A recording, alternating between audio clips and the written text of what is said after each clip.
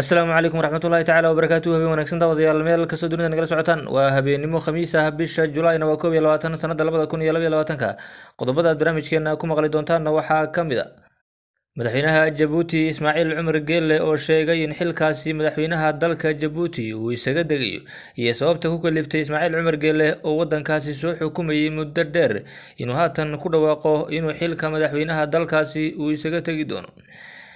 saliyaha hay'adda nabad sugidda iyo sirdoonka qaranka Mahad Salaad oo awoodiisa bannaanka keensaday iyo weliba ra'iisul wasaaraha dalka Xamse Cabdi Barre oo sheegay inuu qaadi doono duulaan culus iyo cidda duulaankaasi lagu qaadi doono wadamada reer Yurub oo wajahaya xaaladii ugu adkeyd iyo dhimasho ka bilaabatay qaar ka mid ah wadamada ugu waaweyn ee dalalka reer Yurub waxaana la soo sheegayaa in wadamada qaar dadkii deganaa ay xilligan bilaabeen inay isaga qaxaan qodobadaas iyo qodobo kale oo faahfaahsan ayaad barnaamijka ku maqli doontaan saaxiibayaal soo dhawaada aan ku bilownay muddo 23 sano ah ayuu Ismaaciil Cumar Geelle xukumayay dalka Jabuuti oo ay ku nool yihiin shacab tiradooda dhan tahay 1 milyan oo ruux balse hadda waxa uu ku dhawaaqay waqtiga uu ka degi doono xilka madaxweynaha ee dalkaasi Jabuuti waraysi gaar ah oo madaxweyne Geelle uu siiyay BBC-da ayuu uga hadlay arrimo ay ka mid yihiin qorshayaasha dowladdiisa mucaaradka sicirka nolosha kobaca halista kooxaha jihadoonka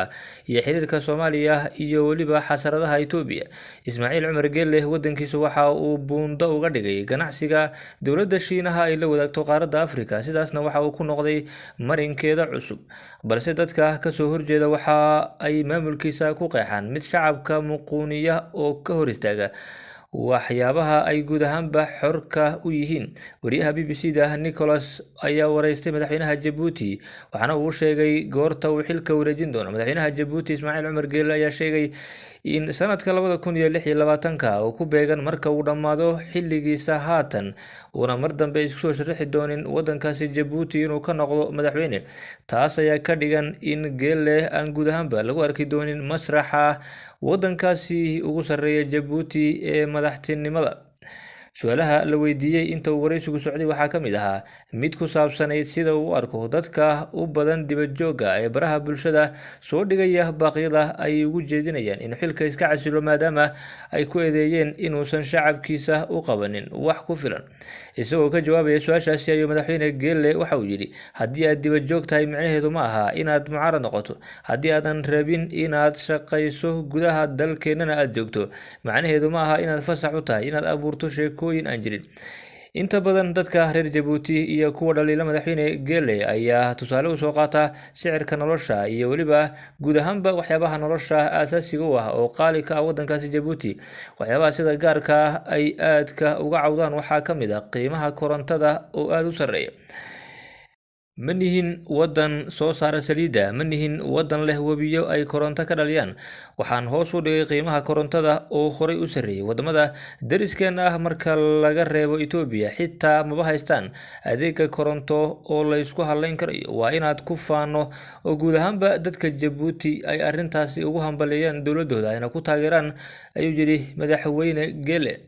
maruu ka hadlayay heerka faqriga ayuu yidhi wax roob ah maanan helin muddo 3 sano ilaa 4 sano ah ma jiraan beero 6% ilaa 8 kobaca dhaqaalaha kama imaado meel cidla ah waxa uu ka imaadaa shaqo joogto ah oo aan hayno sidii aan u ciribtiri lahayn guud ahaanba faqriga iyo dhibaatooyinka saboolnimada la xiriira ee wadankaasi Jabuuti ka jira dhinaca kooxaha khatarta ee jihadoonka ah waxa uu ku sheegay inay sidoo kale ay ku yihiin khatar fara badan dowladdaasi Jabuuti isla markaana dowladda Jabuuti ay ka shaqeyso mar walba sidii amniga kor loogu qaadi lahaa kooxahaasina looga hortagi lahaa waxa uu sheegay in dowladda Jabuuti ay ku taalo mandaqad aad u halis badan isla markaana ay dowladdu ka hortagtay dhibaatooyin lala damacsanaa dowladdaasi Jabuuti dad badan ayaa ka dhursugaya in Jabuuti uu masraxeeda ka dhaqaaqo madaxweyne Ismaaciil Cumar Geelle oo muddo dheer uu hortaagan yahay waxaana ay soo dhaweeyeen hadalkaasi ka soo yeedhay madaxweyne Ismaaciil Cumar Geelle walow dadka qaar ay ku tilmaameen mid aan wax badan ka jiri karin haddana waxaa dadka intooda badan ay soo dhaweeyeen hadalkaasi ka soo yeedhay madaxweyne Ismaaciil Cumar Geelle oo ay sheegeen xilligan in uuna sii bahayn karaynin oo ay da'diisu sii weynaatay haatan aan eegno Soomaaliya. Taliyaha hay'adda nabad sugidda iyo sirdoonka qaranka Mahad Salaad oo muddooyinkii dambeba ku sugan waddanka Kenya, isla markaana la sheegay inuu ahaa maskaxdii ka dambeysay heshiiskii 11 qodob ka koobnaa ee ay kala saxiixdeen wadamada Kenya iyo Soomaaliya ayna ku jirtay heshiiskii jaadka ee labada wadan, ayaa haatan waxa ay wararku sheegayaan inuu kulan la qaatay hay'adda nabad sugidda iyo sirdoonka qaranka ee waddanka Kenya madaxda ugu sarreysa, kuwaasi oo kala hadlay hirgelinta 11 qodob ee madaxweyne Xasan Sheekh Maxamuud iyo Uhuru Kenyatta ay kala saxiixdeen, arrintaasina si degdeg ah looga shaqeeyo. Saraakiil amni oo aad ugu dhow xafiiska taliyaha NISA ayaa waxa ay inoo sheegeen in dhinacyadu ay isla meel dhigeen dhowr qodob oo ay ugu muhiimsan yihiin isla ogaanshaha duqeymaha ciidanka Kenya ay ka fuliyaan gudaha Soomaaliya iyo weliba in guud ahaan howlgallada ay Kenya sameyneyso gobollada kala duwan ee dalkan ay ka sameyneyso ay dowladda Soomaaliya ka wargeliso. Khilaafkii siyaasadeed ee sanadihii la soo dhaafay ka dhexeeyay labada dal ayaa meesha ka saaray wada shaqeyntii amniga iyo weliba isla ogaanshihii howlgallada Kenya ay ka fuliso gudaha Soomaaliya, taasoo keentay in dad badan oo shacab ah ay waxyeello ka soo gaadho duqeymaha iyo weliba howlgallada ay sameeyaan ciidamada waddanka Kenya oo aanay cidina uga fasax qaadin. Taliyaha hay'adda nabad sugidda iyo sirdoonka qaranka ayaa waxa ay dad fara badan sheegayaan in haatan ay awoodiisu bannaanka taalo, isla markaana uu yahay cidda sida dhabta ama jaraha ugu haysa dowladdan cusub ee Soomaaliya, waxaana uu bedelay booskii lagu eedeyn jiray Fahad Yaasiin in uu yahay milkiilaha dowladda. Haatanna waxaa la sheegayaa inuu yahay milkiilaha cusub ee dowladda Xasan Sheekh Maxamuud, waxaana sida xogaha ay ku heleen ay sheegayaan in laga warsugayo golaha wasiirada in qaar fara badan oo ka mid ah ay isaga dhankiisa ka yimaadaan. Dhinaca kale, Ra'iisul Wasaare Xamse Cabdi Barre ayaa waxa uu kulan la qaatay madaxda iyo maamulka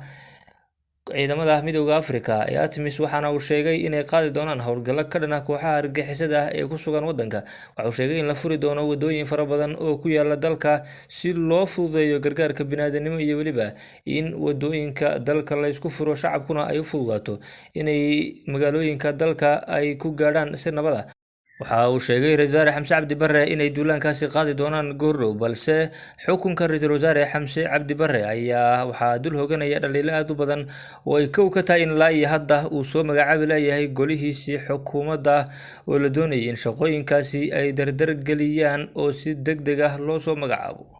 Haatan aan eegno dhibaatooyin waaweyn oo lagu tilmaamay inay tahay musiibooyin qaran ayaa ka jira wadamada reer Yurub, waxaana ay wajahayaan xaaladii ugu xumayd ee abid noloshooda soo marta. Waxay sheegeen in ilaa iyo hadda ay dad fara badan u dhimanayaan kulayl dartii. Wadamada Ingiriiska, Isbaanishka, Talyaaniga, Faransiiska iyo weliba wadamadii ugu waaweynaa ee qaaradda Yurub ay u muuqataa in xilligan ay naftu uga baxayso una dhimanayaan kulayl dartii. Waxa uu gaadhay kulaylku meel ka sarreysa wadamada Khaliijka iyo weliba wadamadii ugu kululaa dunida,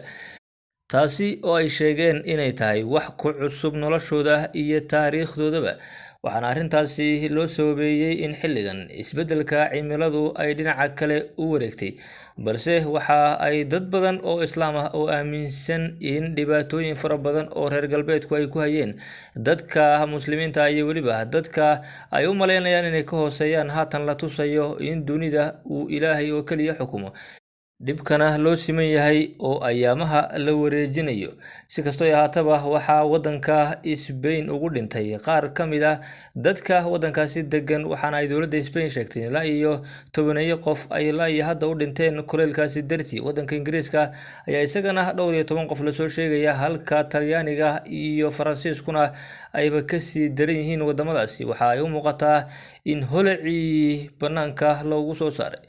Akhirta sharafta leh wada nagala socota iyo tan iyo kulanti dambe, nabadgelyo.